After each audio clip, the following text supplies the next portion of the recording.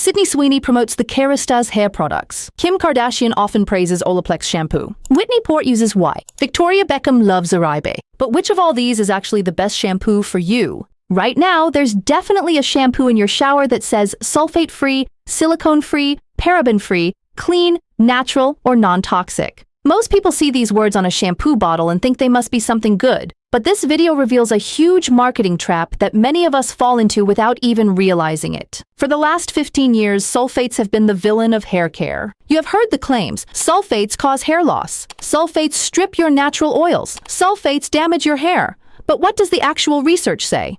In 2015, a scientific research was published. The authors examined all the major scientific studies on most common shampoo sulfate in the world called sodium lauryl sulfate. Their conclusion was direct. There is no scientific evidence that skin contact with sodium lauryl sulfate causes hair loss. Now here is the part most channels would never tell you, but it actually makes this finding stronger. This study was funded by 7th Generation, a company that makes natural cleaning products. 7th Generation builds their entire brand on the idea that natural is better. They would have benefited from finding that sodium lauryl sulfate is dangerous, but their own funded research could not find evidence that it is. So why have so many people felt their hair improve after switching to sulfate-free shampoo? There is a real answer. Sulfates are strong cleansers. They are very good at lifting oil. For most people, this is fine and even useful. But for some, sulfates can be too strong. According to a dermatology review, sulfates can cause dryness and irritation in people with sensitive scalps, very dry hair, very curly hair, or chemically processed hair.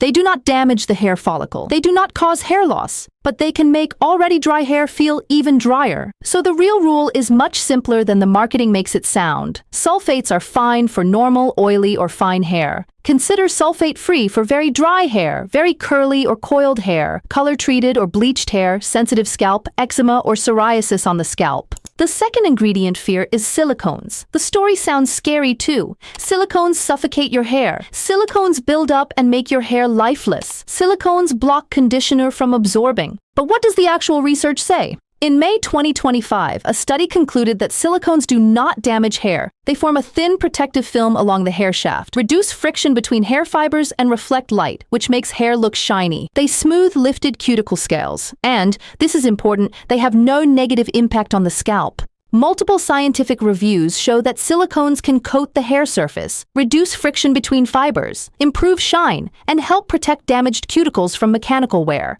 which may reduce breakage. Silicones do one thing: they coat the hair. This is the entire complaint, and it is the entire benefit at the same time. You see, silicones are not all the same. Older, heavier silicones are larger molecules that form a thicker coating on the hair surface. Newer silicones are often modified to be lighter, more selective, or partially water-soluble, meaning they rinse away more easily during washing. So the goal is not avoiding silicones, but knowing how to use them correctly. Heavier non-water-soluble silicones are best used when you want a dramatic, smooth, glossy, photo shoot hair effect for a short period of time. Because they create a thicker coating on the hair surface, repeated use may lead to buildup. So research suggests they must be removed with stronger cleansing shampoos, including sulfate-based formulas. Lighter, water-soluble, and newer modified silicones are well-suited for regular, everyday use. They are designed to rinse away more easily, while still smoothing the cuticle, reducing friction between strands, improving shine, and helping protect the hair from mechanical breakage. So remember, silicones are designed to protect and smooth the hair fiber, which is why they are most commonly used in conditioners and hair masks. Shampoos are formulated to cleanse the scalp, while conditioners are designed to care for the hair length and reduce friction-related damage.